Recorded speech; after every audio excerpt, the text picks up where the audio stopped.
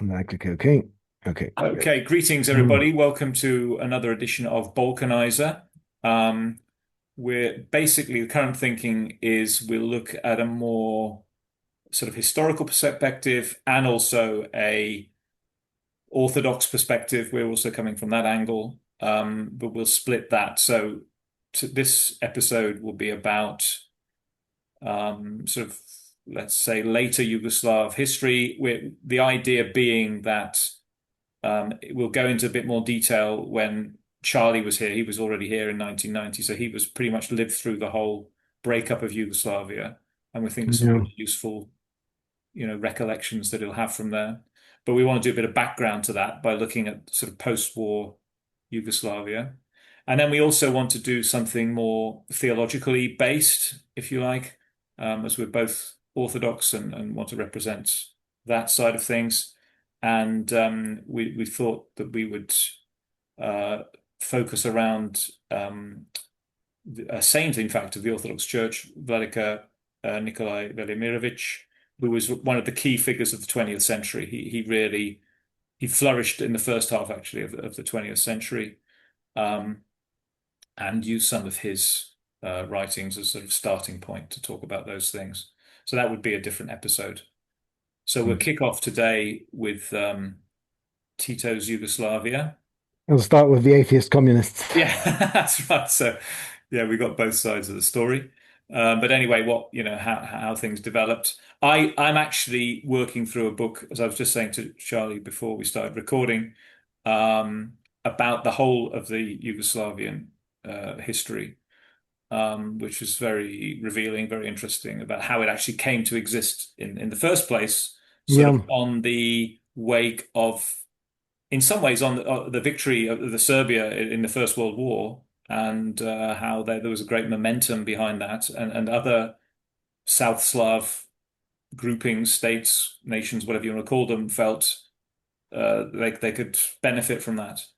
I mean, what is your general impression of hmm how things started, Charlie? Would that be yeah, what yeah. would Well, you? well, clearly, yes, yes. I mean, there was that movement of Slavic revival, wasn't there, Yes, in Bohemia, um, well, yeah, even further north as well, and then Poland and so on. That there's this, there was this with the retraction of the Austro-Hungarian Empire, yes, the German Empire, and the Russian Empire, there was all sorts of free space. Lots of space was freed up in yes. this the central region to and there were lots of movements ready to come in and establish themselves there. But yes, the Kingdom of Serbia had been establishing itself um, before that in the Balkan Wars. So they were a Yes. strong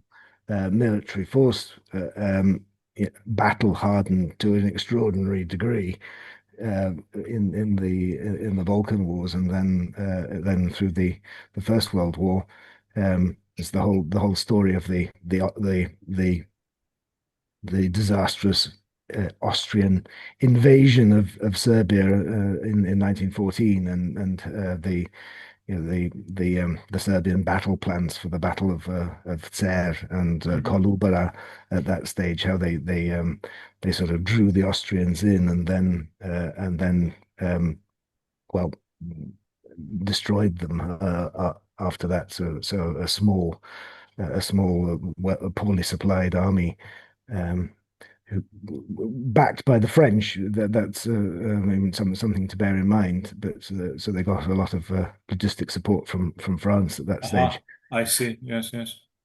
Yeah, After yeah. so they came back and blooded the Austro-Hungarian nose quite effectively. But then the Germans came in, and it was Yeah, yeah, that's right. And then it but didn't go so well, did it? but after Germany lost the war, there was still a lot of residual respect, I think, for that Serbian kingdom. Yes. Mm. Yeah, yeah. So Quite, anyway, that yeah. was one of the main factors, apart from this sort of general, this Yeah, this general sort of Slavic, pan-Slavic yeah, yeah, movement. Yeah, and the South Slav, this Illyrian movement as well, wasn't there, in the 19th century? yeah, yeah. Well, Um, there are clear reasons why the Slavs of the Balkans should be one people. They yes, speak the same language for one, yes, but yes, um, there are always these centrifugal and centripetal forces, I guess, and yeah, in some periods they work in one direction, and in others they work in another. And at the yeah, moment, yeah. So that was it. So, it sort of got going after the First World War. There hmm were always these tensions, the ethnic, religious tensions, whatever, which obviously took shape, yeah. particularly after the breakup in the end. But they were always there, I always see them as the remains of empire. A yeah, similar process was going on in the remains of the Ottoman Empire. Of course, Greece gained its independence earlier, but the collapse of the Ottoman Empire led to a lot of successor states being formed, particularly in the Levant or yes, in the yes, Near East.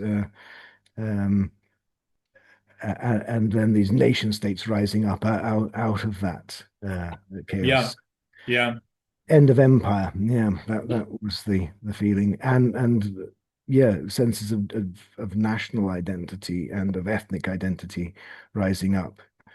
So yeah, same language, but then three different religions, of course, or yes. um, So, two so religions and two confessions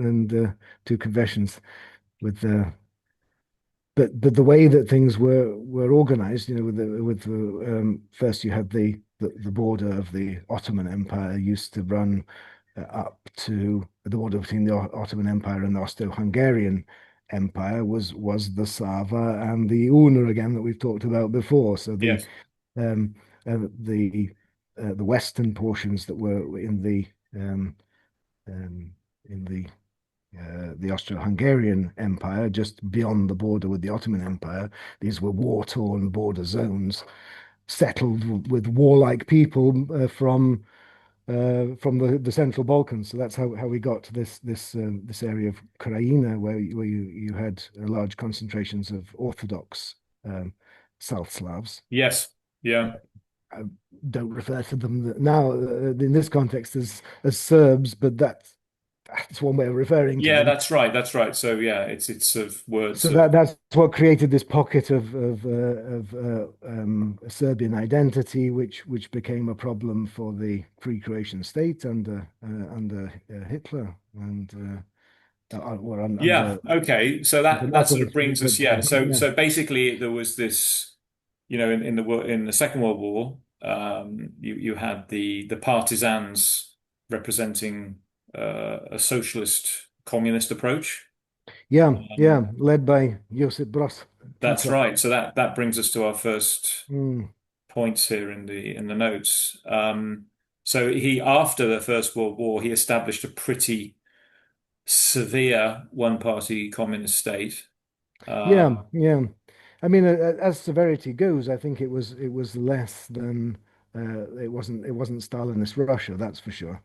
yeah, I mean, I was thinking from the point of view of the church, the Orthodox Church, a lot of Yeah. priests were, Yeah. you know, A lot of priests and a lot of royalists. I mean, the aim was to extinguish the old loyalties, yeah, to yes, yeah, and church, yeah. yeah. So that's what, our first notes are saying there, monarchy abolished, political opponents jailed or executed. So a lot of priests were executed. And yeah, I guess royalist sympathizers. A lot of priests, and if you want to link it to my personal history, when I first arrived here, Yes, I would meet a lot of people who were the descendants of uh, um, interwar Belgrade bourgeoisie who yes, had been completely disenfranchised and robbed by the yes, communists when they came, and yes, their property yes, was confiscated, larger land holdings and properties were broken up and yes, redistributed. yes. So there was already a lot of talk about restoring those that or righting those historical injustices as they were portrayed at that Yeah, stage. yeah. So so this, it created a lot of bad blood, the communist revolution in Yugoslavia, even as it created a new Yugoslavia, a new Yugoslav state, a socialist federation. yeah, yeah, yeah, and that included obviously state nationalization of industry and banks, but also Yeah. here it says land reform.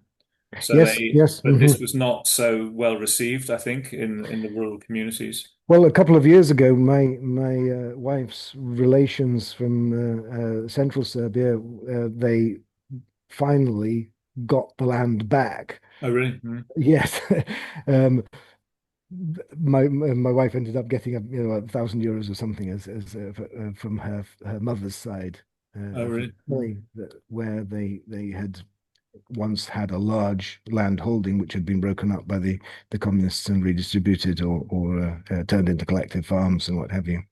Yeah, yeah, and then there was a lot of shortages.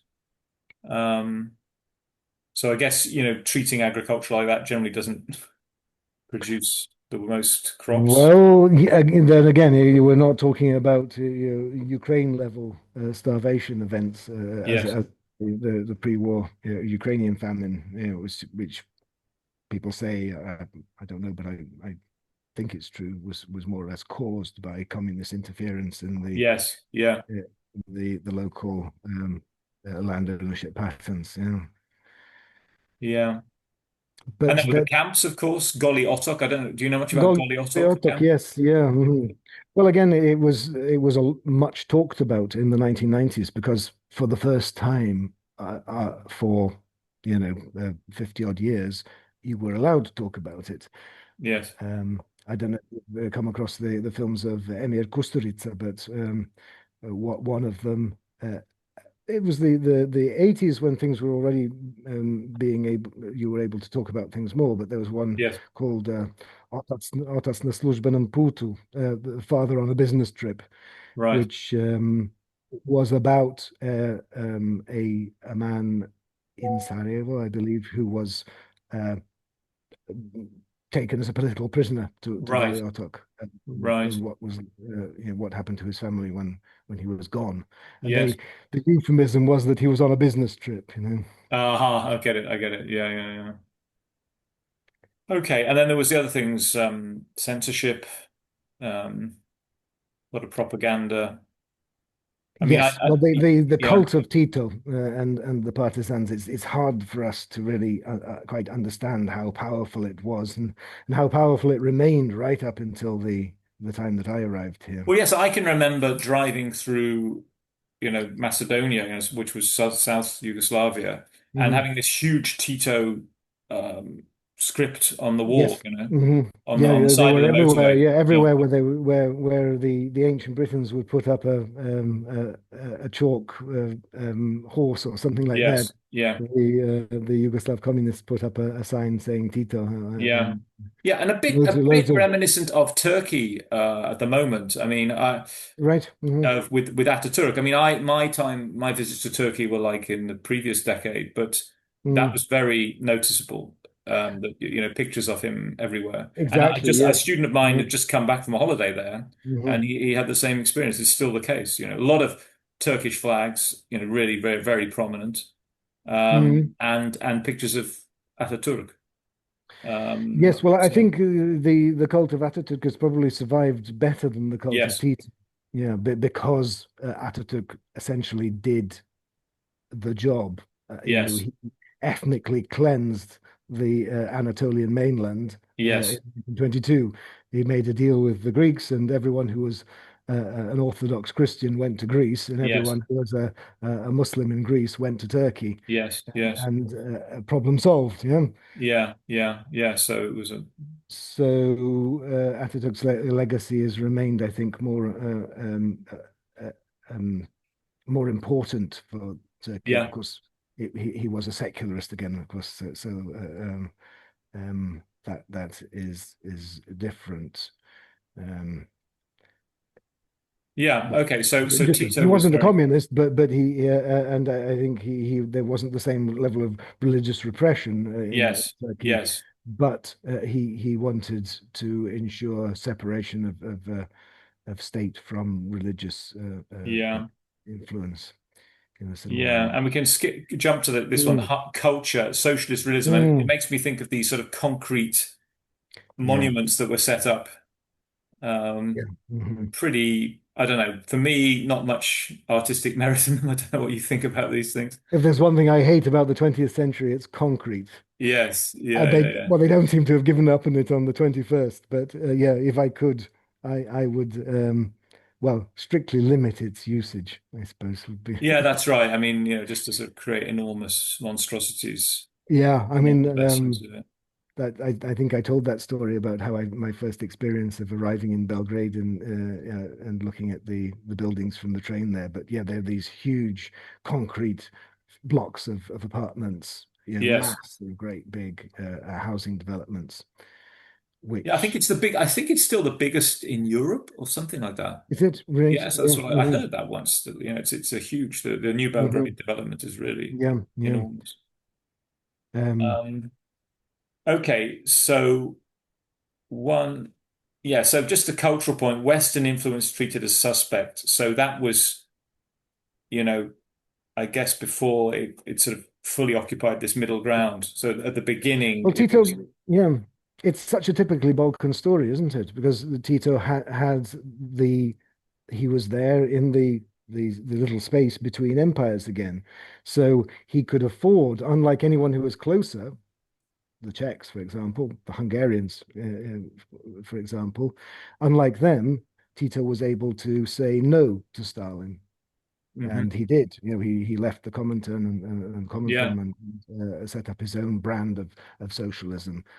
But that made yes, him a darling of the West. So he was riding two horses play for a while. yes, The Russians were very instrumental in helping the partisans liberate uh, uh, um, Yugoslavia from the Germans. But after that, Tito was able to break with Stalin and create his own brand of slightly less oppressive communism. I would have said. yeah. Okay, At the so. expense of his own personality cult. I think that's the key element. Yeah, yeah. So he sort of he realized that he could do that, sort of separate from the purely Mm. sort of Yeah, ideological. well, he got Western financial backing, of course, and he was, Yeah. friends with a lot of Okay, so just looking at the church issue there, we mentioned already priests were executed, imprisoned, or exiled. Church property, land, and schools were nationalized. Yes, Um, well, I hope people will correct me if I'm wrong, but I get the feeling that again, the religious repression might have been severe, but I think it was short-lived. So yeah, as that's it. I mean, I think it was this sort of burst after the war, immediately after the war.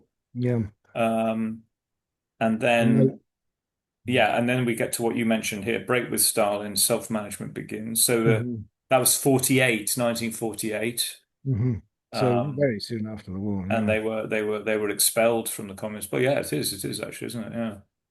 But Uh, when was it that, I mean, when was Hungary invaded? When did that was 56, Czechoslovakia? wasn't it? Yeah, Hungary. 56, right? And Yeah. then in the Yeah. early 60s, Czechoslovakia went the same way. Yeah. So um, they weren't able to Yeah, so they were maintain. strong enough. They were sort of remote, the Balkans was just out of reach, wasn't it, really, for Yeah, the yeah. Hmm. it's just not such accessible. You can just roll into Hungary, but not so much into Belgrade from there or into the rest of the Balkan Peninsula. Um, okay, so what do we have here? We have this workers' self-management. Yeah, Okay. I remember that as well. I mean, remember it. I had some memories of how companies functioned like that. My father-in-law and mother-in-law worked. My mother-in-law was. It had such a typical sort of communist ring to it. She worked in a tractor factory in Yes, yeah, right. Yugoslavia, and yeah, you hear about the And what sort. did this self-management involve? I mean, what were the sort of Well, for ordinary people, a lot of it was just a case of managing the system so that you could get accommodation, your own what they called right to occupancy to a flat in Belgium. Uh-huh. Okay. Okay. That was so important to everyone at that stage. But it was always the case that the new director had to play a political game. So the directors of these companies were very much politicians in Yes. their own little sphere, making sure that they had a strong enough coalition among the workers in their particular combinat to ensure that their tenure would last. You know? Yeah. Yeah. So, I mean, I don't think it led to a great deal of efficiency. That was the issue, but and for a long time, people thought it was a wonderful way of organizing Hmm. money, and perhaps in an atmosphere of more open free market competition, it might have actually been quite effective Right. if people really did got the idea that the success of their company or their salaries depended on the success of their company, right? Yeah. Well, that's it. I mean, But that's a, it didn't really work quite like that. There were a lot of these companies were had a lot of state involvement. There were a lot of loans granted and a lot of inefficiencies tolerated, I think. mhm. So by the time I encountered it, wages were very low, and you could tell that things were not being managed Right. very, Uh-huh. Okay. I would say. Um, so looking at, again, this is still the 50s, relaxation of censorship compared to the early period. Mm. Interestingly, there is a suppression of nationalist sentiment. Obviously, that's something that was key to the whole Yugoslav project, wasn't it? That people feeling their distinct Yeah. national identity is the strongest Well, factor. The Serbian state had formed before Yugoslavia, and it was still a very powerful entity within it. Yes, Um, but there were moves made um, lessen that impact. You know, so yes, the creation of these autonomous provinces of Vojvodina in the north of Serbia proper and Kosovo in the south, yes. the were quite important parts of the Yugoslav project. You know, it was what people used to say. Big Serbia, small Yugoslavia, small Serbia, big Yugoslavia. Yeah, yeah, yeah. Okay, and then cultural ties with West cautiously open. So this is when it was beginning, apparently in the 50s. Yeah. Well, Um, I'm not sure when that film with the Richard Burton film about when did Richard Burton play Tito in the film? We'll have to well, check it that. was 50s at the latest, wasn't it? I think it wasn't later than that, was it? I would guess it would have been early 60s. Yeah, Oh, really? It was a bit but later. I'm Okay. not sure. Uh-huh. Okay, yeah. So already they were working together as they had been in the war, I suppose. So it wasn't such a Well, that's big right. Yeah, step. I mean um, yeah, I mean it was the question, you know, that Churchill famously asked, you know, do any of you have a house in Yugoslavia, and should we let the communists take it over? It was a case of which horse to back during the war. I Yes. Yeah, yeah, yeah. Yeah, yeah, yeah. Oh, right. So the Battle of Sutjeska, the film which Richard Burton played Josip Broz Tito, wasn't filmed until 1973. Really? So it was Oh, much later, okay. So it actually. was so Yeah, late. Yeah, okay. yeah. But that was the classic Yeah, that Tito that is yeah, period. Yeah. Tito propaganda, isn't it? I watched the opening scenes of that, and it was very much Mm. yeah, slightly melodramatic. Well, there was a whole slew of artistic product about that time. You know, Yes, yes, Valter Brani Sarajevo. You know, Valter was then you got other that was about a partisan, a Muslim partisan oh defending yes, Sarajevo okay. from the Germans. Then you got um, there was a very famous series about set in Serbia under the occupation I've forgotten the name of it now, but anyway, Okay, so lots people were of there. That's right. I mean, it reminds me a bit of what I grew up on, Saturday mm, night at the movies, and that yeah, was yeah, yeah, kind of it was these sort of Second World War propaganda, really, wasn't it? yeah. Where Eagles Dare Yeah, yeah, yeah. and what have you got? So it was that, and it was all produced in that Bridge period. on the River Kwai. Yeah, yeah, yeah, yeah. Okay, so looking at the church, Patriarch Vikentia Prodanov. Okay, so basically, this is question of how much the church accommodates itself to the regime, but they seem to do that to some extent. But it says church schools remain banned, clergy were monitored, could be jailed, and religious processions were restricted. So it was quite private, yeah, in those days, the religious practice. Yes, Still, yeah. I mean, my first wife was born in 64, yes. and she was christened by her grandmother in secret, essentially. Oh, Which really? Hmm. yeah. Yeah. Yeah. So there was a lot of, they was still had to be done discreetly, let's say, in those days.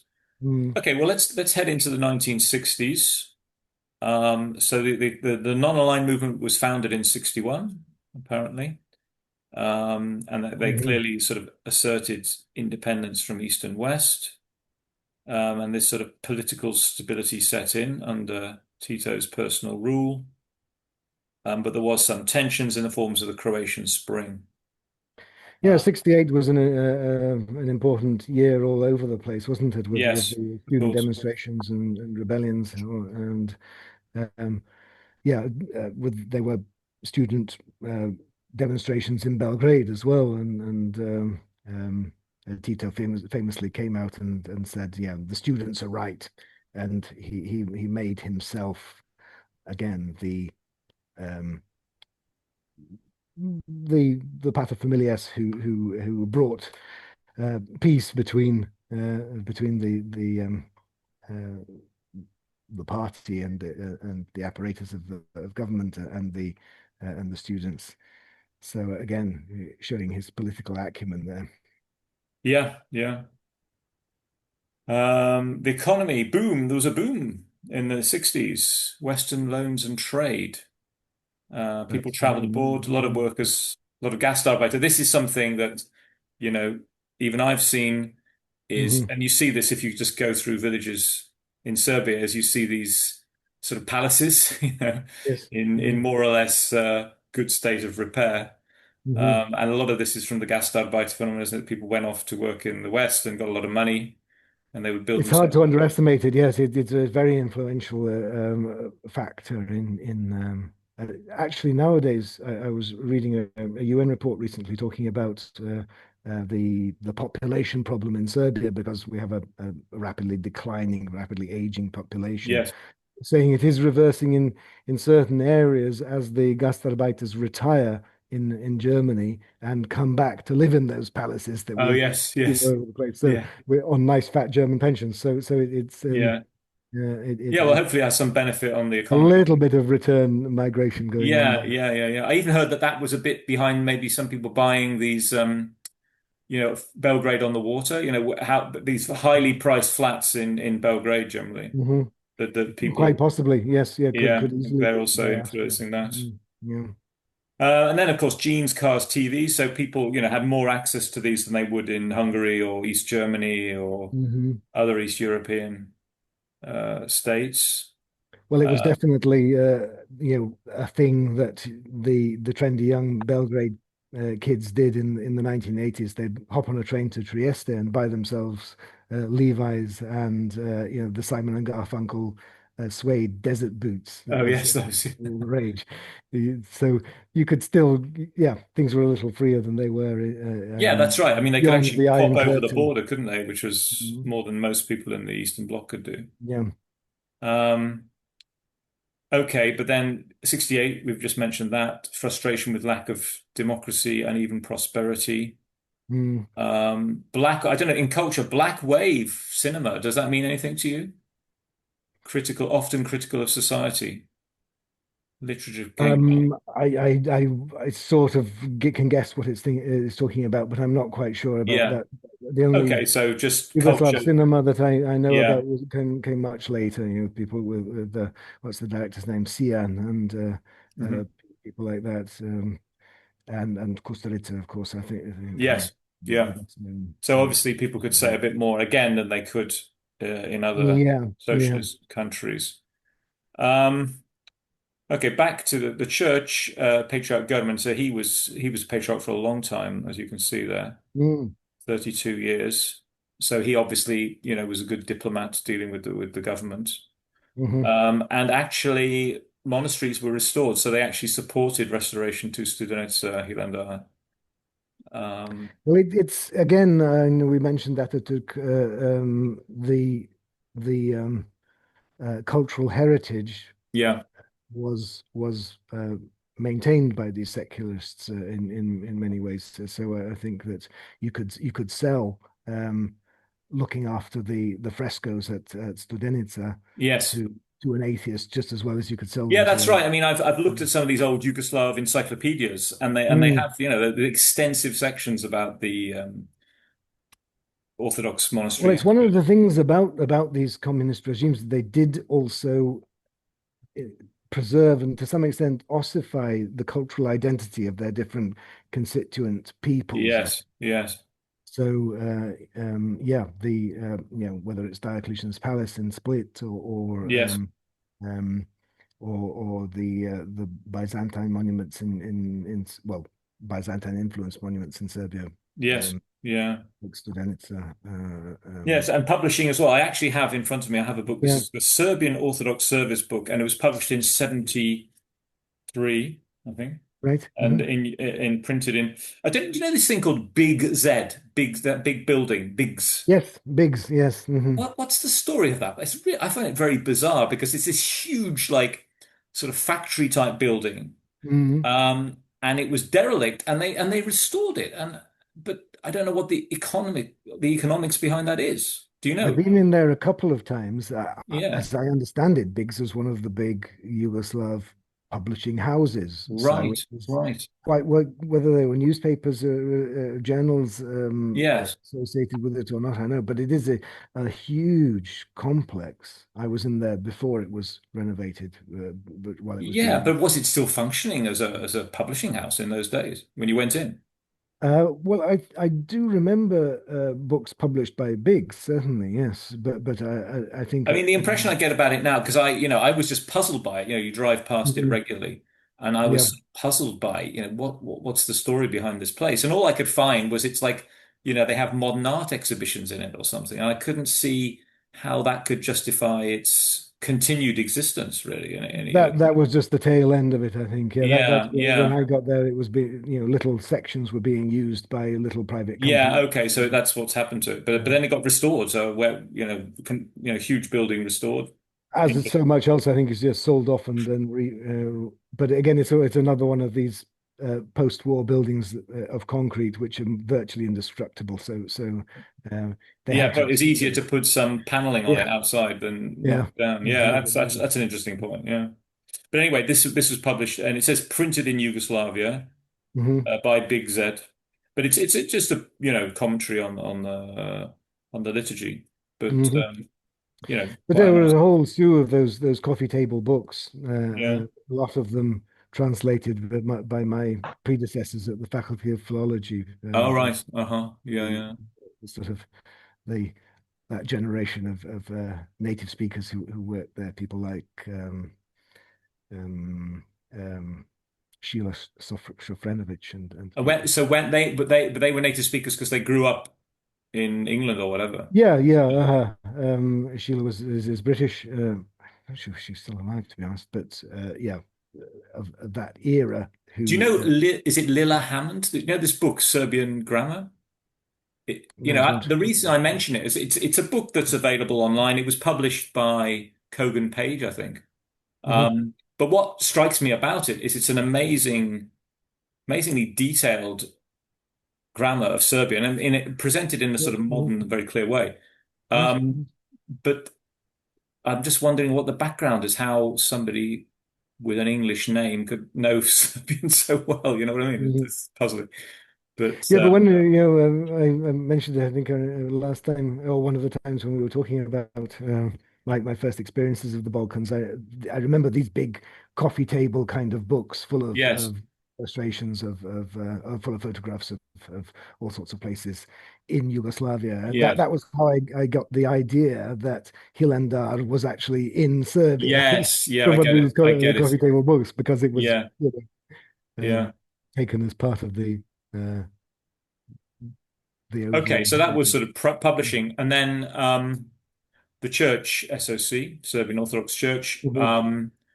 At this time, not so many clergy, older clergy, not so many new Mm, people joining.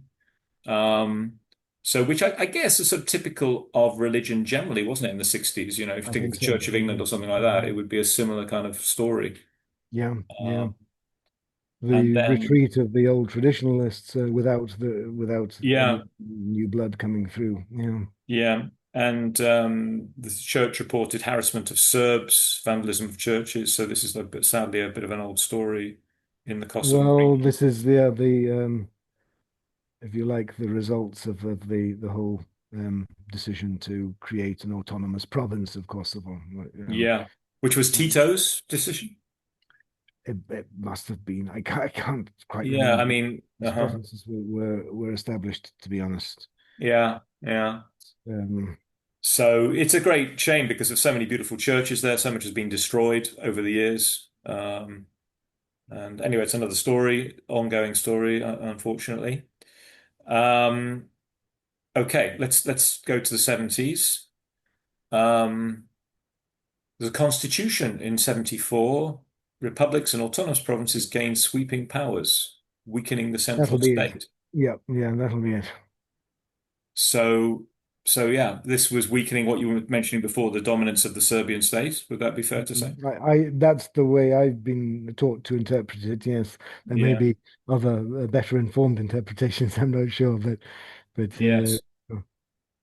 Yeah. uh, So we have Vojvodina, uh, mhm. Kosovo, um, and basically, I mean, I think the original idea with the Yugoslav states was to try to minimize, wasn't it, the national uh, individuality. But this process of minimalization, but also of ossification, if I can say it like that. That Right. there's yeah, it's if you look at the way the language is described, Srpsko-Hrvatski or Hrvatsko-Srpski, Yes. but they have these different dialects, and because Serbia or Serbian and Croatian are written in a very phonetic alphabet, the accent changes were very clearly defined. So you speak Ekavski, so-called in Serbia, and Ijekavski and there are other versions of the other dialects which spoken in different parts of the old Yugoslavia. Yes. Uh, then yeah, Macedonian uh, has the status of a separate language, though quite how different it is from Bulgarian or Serbian. I mean, it's different. There's no doubt Yes. about it. But so Yeah. is the dialect spoken in the southern regions of Serbia. It's Yes. difficult for us here who've learned to speak Serbian Yeah, and that's a big topic. That's a big topic, which we might one day we might talk. I have a friend actually. yeah, He's a Macedonian, and that kind of linguistic study. It yeah, was, it's and very also the with whole what the they whole thing call about yeah, Macedonian identity and so on is mhm, fascinating. is what they call folklore. The folk what we would which sort of translates into folklore, but Yes, the word in English has a different meaning. Here it refers mainly to um, regionally, culturally identifiable dance and music, so and costume. So all the different costumes were defined, a bit like the tartans in Scotland. okay, Back in the uh-huh. 17th century, people just liked fancy colored clothing, but in the sort of 19th century revival of all things wonderfully Highland, you wore your MacGregor tartan or your Stuart tartan, and they were all different. A similar process happened with the regional costumes and regional forms of dance in as cultural identifiers for the different regions of Yugoslavia. Yeah, yeah, yeah. So that's what I mean by this process of cultural ossification. I would call it. Again, Okay, okay. no expert, so people can correct me, but I have a feeling that's what part of what was going on. So yeah, we're all one people. We're all one uh, um, um, society on the long march to a socialist utopia. Yes, But at the same time, we have our culturally distinct roots. yeah.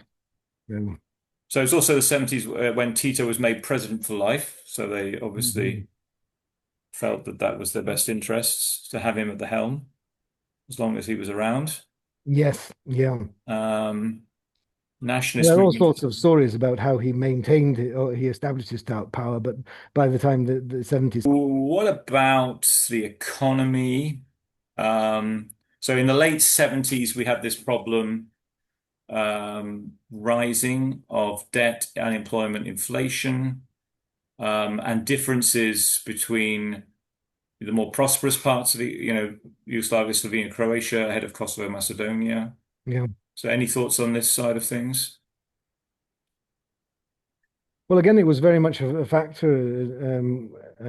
I did a short stint as a sort of a copy editor at the newspaper Politica. It's one of the biggest newspapers in Serbia. Oh, yes. That would have been 1990, I think. Yes. And there we got lots and lots of articles about just that, about the uneven economic development. Uh-huh. So you still Okay. got people, driving around in ox carts in Macedonia and Yes. Kosovo, and in Slovenia they were making washing machines Yes. and um, you know much higher level Yeah. of So this is quite development. a long-standing theme, Um, isn't it? Really, this disparity. Well, it has cultural roots. There's no doubt Yes. about it. These were the areas of Yugoslavia that were previously part of the Yeah, Austro-Hungarian of course. Yeah. Empire. Yeah. Yeah. So there's more of a an Austro-Hungarian ethos. Let's put it like Yeah. that. Sure. In your attitude to work and your attitude to business and so on. hmm Okay, looking here at we've got rock bands, so this was Mm, quite strong, wasn't it? The link with the sort of the counterculture in the West. I mean, this was quite, it wasn't really, I mean, if you would use protected, that they weren't isolated or insulated from that, were they here so no, much? no. No, it was very important, I think, and the passion with which young people devoured anything in the way of rock music Yes, from the West, and yes, then reproduced it themselves because, of course, they were there was sort of, I mean, every little town and village has its own orchestra, and yeah, when they heard the Beatles, they would play the Beatles, So right, yes, yeah, yeah. it spread. Um, Yeah, so that would and be was quite a culturally difference, very wouldn't it? significant, I think. Yeah, Yeah. whereas somewhere like Hungary, I think it was a bit more secretive, the sort of the fact that that influence was happening. Right, right. But this is already the 70s now, isn't it? So things were softening up. Mm, Um, okay, just looking through the church things here. Still, we have church-run schools prohibited, clergy with no access to mass media, secret police monitoring religious life, and of course, faith more stronger in rural rural areas. areas. I mean, this is something that strikes me about Belgrade is relative to the number of citizens, there's not so many churches. I mean, you have the huge, of course, the Hmm. Temple of St. Sava, Yeah, and there are various big churches. But that's that, basically you have a lot of people in a big church, but it's not like there's a church on every corner or whatever. Um, no, no, far and from that's it. perhaps a reflection of this kind of I um, mean, thing. here in the old part of town, the churches weren't demolished, so we still have, within walking distance of me, we've got Saborna Crkva, the main the Yes, synodal church of the patriarchy, and then St. Mark's is quite is within walking distance. yes. And and So of course there's a small church on the Kalemegdan, isn't there? there is, yes, Sveta Petka, Yeah, yeah. Ružica, yes, yes, there. and I'm blanking on the name of the church at the end of WWII, but again, it's I think it's the Ascension. I think it's Church of the. Uh-huh. Yeah. So that's But yes, in New Belgrade, nothing until they built the Sveti Simeon there in yes, relatively Saint Simeon and recently. Saint Dimitri as well. That's another one, isn't it? Yes, right. Yeah, that was all from nothing, wasn't it? Yeah, as you say. Yeah, yeah, yeah. Um, whereas in villages you've got a church pretty well in every village. Um, And a relatively lively church building program in villages, locally inspired quite often. I but know. in what period? Well, it's going on as we speak, I Oh think. yes, I mean now, yeah. So Yeah, yeah, now yeah, yeah, certainly, but I'm just yeah. thinking about the sort of Yugoslav period. No, no, Uh, in the Yugoslav period, not very much. No. not really much going on, was there? Um, yeah. Okay. Well, that brings us to Tito's death, May the 4th, Mm. 1980. Uh, collective presidency assumed power. Mourning that people were anxious about the future. Um, Yeah, I do think there are lessons to be learned for the um, for Europe in the microcosm of the Balkans, really. yeah. As for instance, the establishment of supranational political entities, and the processes by which they can be brought together and by which they divide up. I mean, it's not the old-fashioned imperial kind of project where you ride in with your warriors and you take over the government and extract taxes as you can. But it's this process again of um, paying lip service to national values, but at the same time creating a sort of bureaucratic overstate with which, well, while Tito was alive, everyone was on board with that, Yes. but it didn't survive the death of his cult. It didn't Yeah. have the So let's just emotional look at power what to the do so, I think. situation was in different respects. Mm, Political life. So what we had at that time was a federal socialist state, which was called the mhm. Socialist Federal Republic of Yugoslavia, made up Super, yeah, of yeah. six republics: Slovenia, Croatia, Bosnia and Herzegovina, Serbia, Montenegro, and Macedonia. And then there were these two autonomous provinces within Serbia, okay, Kosovo and Vojvodina. Mhm, Tito was the president, the marshal, lifelong president of League of Communists. mhm. Um, okay, we mentioned his sort of his personality cult, if you Yeah, like. they just kept heaping honors on him, really. I Yeah, mean, yeah, that's right. Just an endless whatever they could come up with kind of thing. Um, and then this non-alignment, not under Moscow's control. Um, self-management, we mentioned that a bit already. Um, so nationalism, republic level autonomy reinforced by this constitution. Okay, so as you said, things couldn't really hold on that political level. Economic, relative prosperity. Um, but this debt issue, yeah, debt from yeah. borrowing in the West, that's quite a one you hear a lot about, isn't it? Well, yeah, we hopefully we're learning that if you take the bankers' money, you owe the bankers a favor. Yes. You- You're you're in trouble. Yeah. So I mean, in order to escape the clutches of Stalin, he had to fall into the clutches of the Western bankers. So Yes. uh, perhaps, I mean, it's a simplification, but certainly there's something to that, I think. Yeah. Yeah. Yeah. Okay. Loans had to be repaid with interest. Definitely social life, sort of talked about that really. Um, punk bands, dynamic youth culture, punk bands in Ljubljana, new wave in Belgrade, dissident literature, Hmm. frustration about limited career prospects. Yeah. That Uh, was certainly the atmosphere that I came into when in the late 1980s in yes, Serbia. It was an extraordinarily high level of cultural education, and people just knew everything about right. everything. Yeah. Uh, there was film, philosophy, literature, everything. A lot of it was translated into Serbian, so there was a very vibrant culture of translation. Um, but uh, just such an appetite for cultural uh, content, and it was cool as well. You you would get a girlfriend by being able to play the guitar and Yes. knowing all the latest bands and being able to discuss um, uh, Gombrowicz and I don't know all sorts of other philosophers I've forgotten the names of and Yes.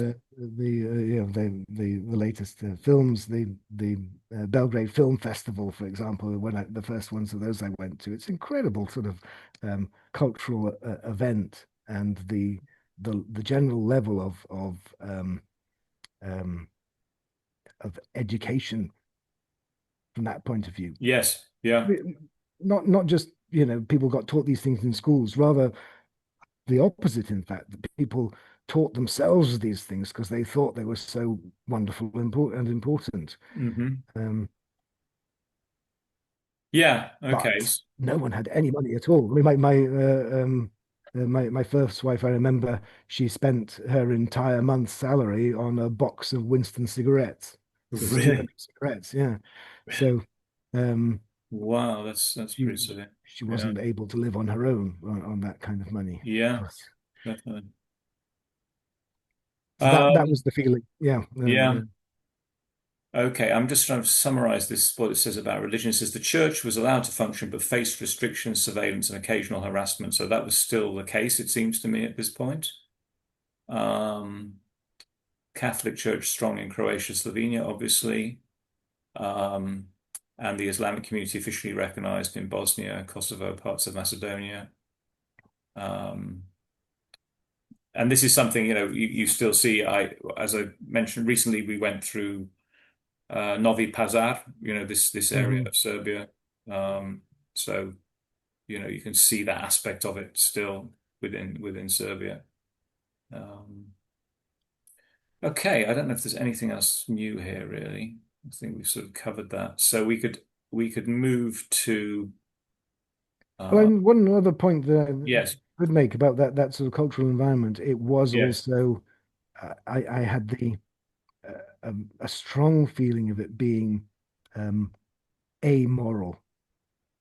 Even then, back when I was not much more than an atheist myself, right. there was this sense that I don't know. I wasn't surprised um, that it managed to give birth to quite such a lot of ethnic hatred and just plain So you barbarism. think that sort of an amoral morality was Mm. somehow behind ethnic hatred, interethnic hatred? I think it helped. It there wasn't the moral sense available to people to resist it when it came. Yeah, yeah, yeah. It was and there was Well, I some mean, sort of I can't remember the rock bands involved, but there was some sort of a protest bands, and there's really sort of inane and stupid slogans they came up with yes, uh, yes, in resistance to the things which were a complete moral outrage. Really, I mean, yeah, no matter which side you were on in the conflict, yes, things like um, the uh, the siege of Vukovar, for example, mm, were appalling, yes, dreadful for everyone involved, yes. both the Serbian fighters and the local imprisoned population. Um, Yeah, so it's there interesting. wasn't in spite of all this cultural vibrancy, there wasn't uh, the moral backbone. No one had the Well, sense of yeah, this is wrong. yeah, this You is can't this do is the this. whole, and I this felt. brings us to that sort of Um, wider cultural theological question, doesn't it? I mean, mm, if we look at popular culture, I mean, it is just basically if you, I just think about the lyrics of popular music, Mm, um, and it's just describing, what in many ways, what the church would describe as sin, okay, but yeah, it's without comment. It's yeah. just like, well, this Mhm. happened, this happened, this happened.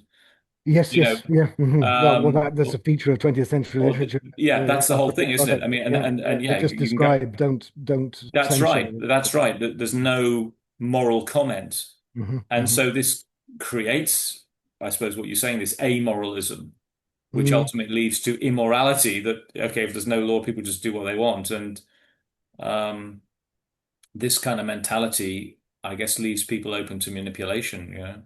People don't have, yeah, the training to say no to things which Yeah, in that's their right. If heart you've of got hearts they no know are wrong. principle, then whatever you're told to do.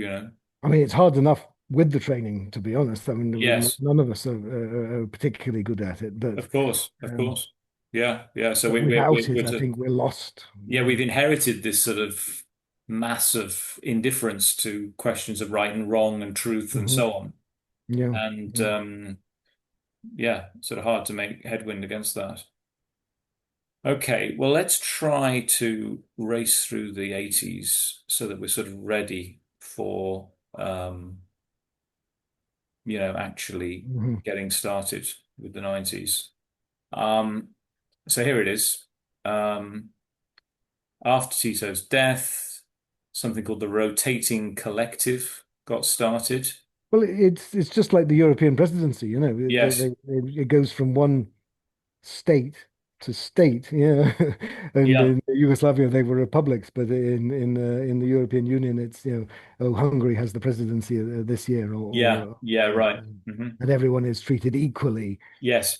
in Yeah. inverted commas again. Um, but yeah, Yeah. yeah, that was a rotating presidency. But yeah, Serbian authority, Serbian power within that structure began to grow as um, Yeah. So the tendency within this would be, power. Serbia wanting re-centralization, more emphasis on central control, and Mhm. obviously Croatia and Slovenia more interested in the federal model, having autonomy, market reforms. Um, and then in Kosovo, there was Albanian student protests. Um, and then the Serbs were saying they were intimidated, attacks on Orthodox churches.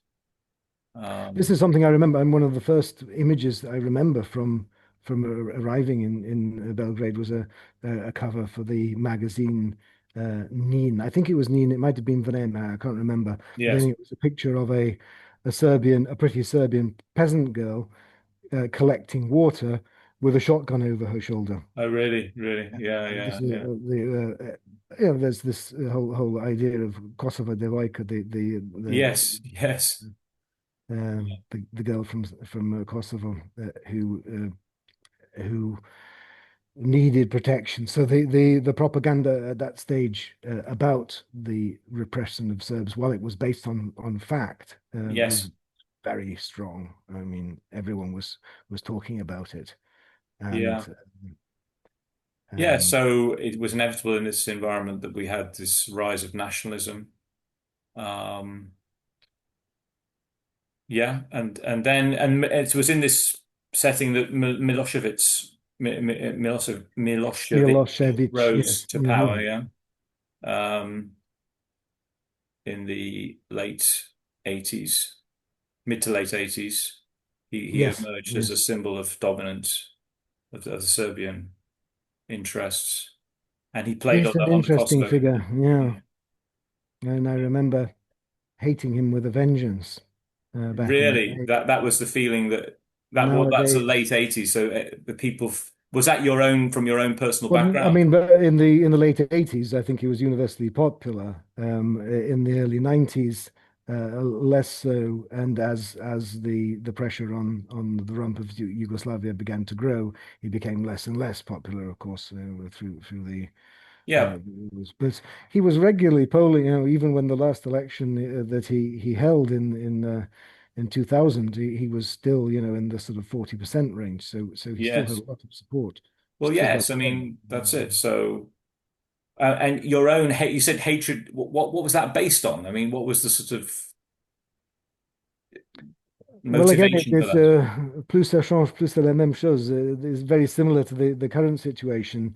It's the sense that you are being repressed and held under by a local corrupt elite, uh, uh, Yes, uh, the post-communist oligarchy that was running Serbia, not allowing people to make money, to travel, to and so on, and also the naturally unpopularity of the war, and particularly after '95, of course, when the Republic of Serbia and Krajina fell, yes, and we had this large influx of refugees from Croatia as it became.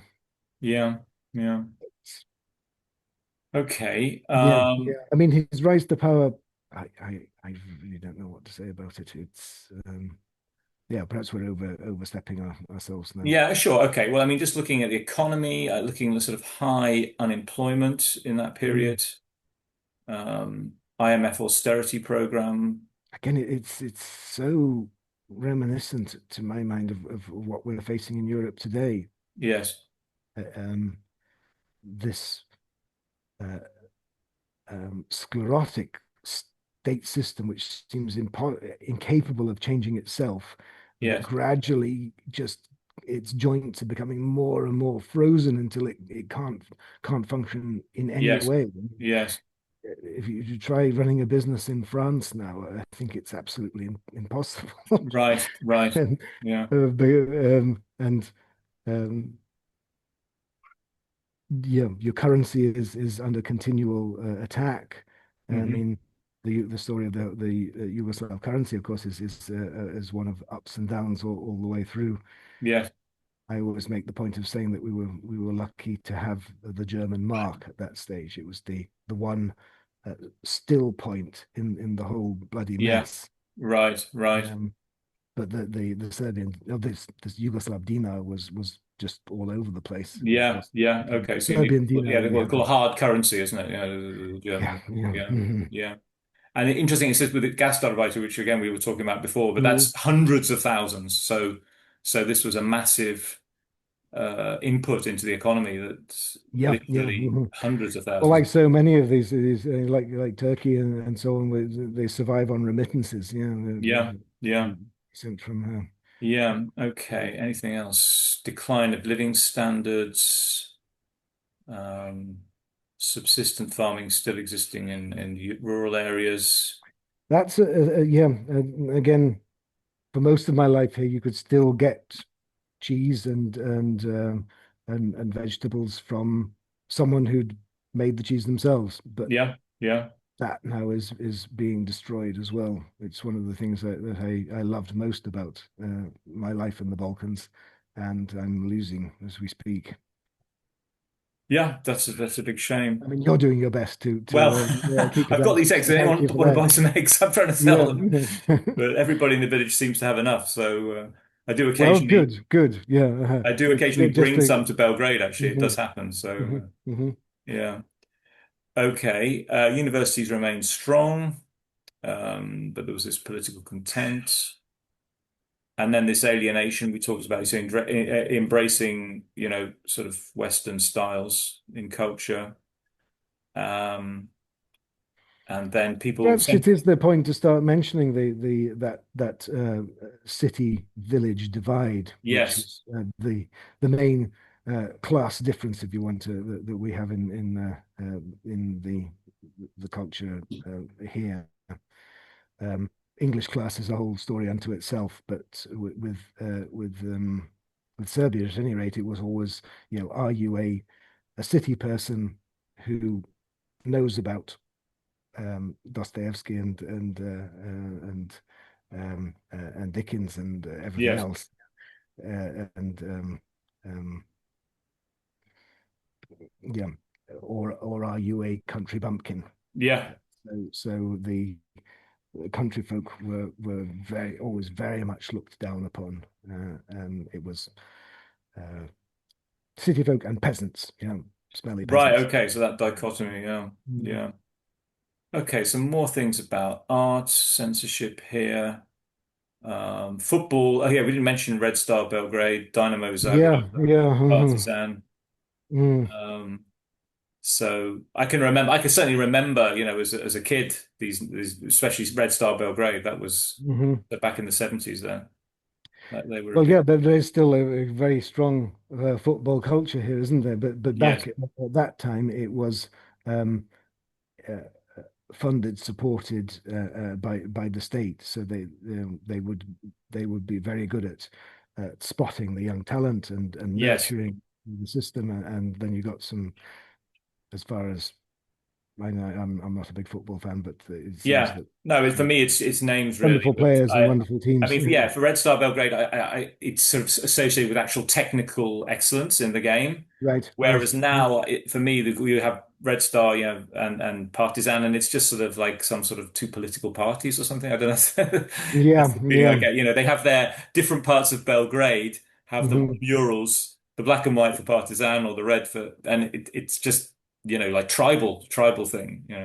And it spills over into organized crime if Yeah, yeah, I can imagine. I mean, so I've heard. I don't Yes, know. yeah, yeah. Um, So anyway, that's sort of still with us.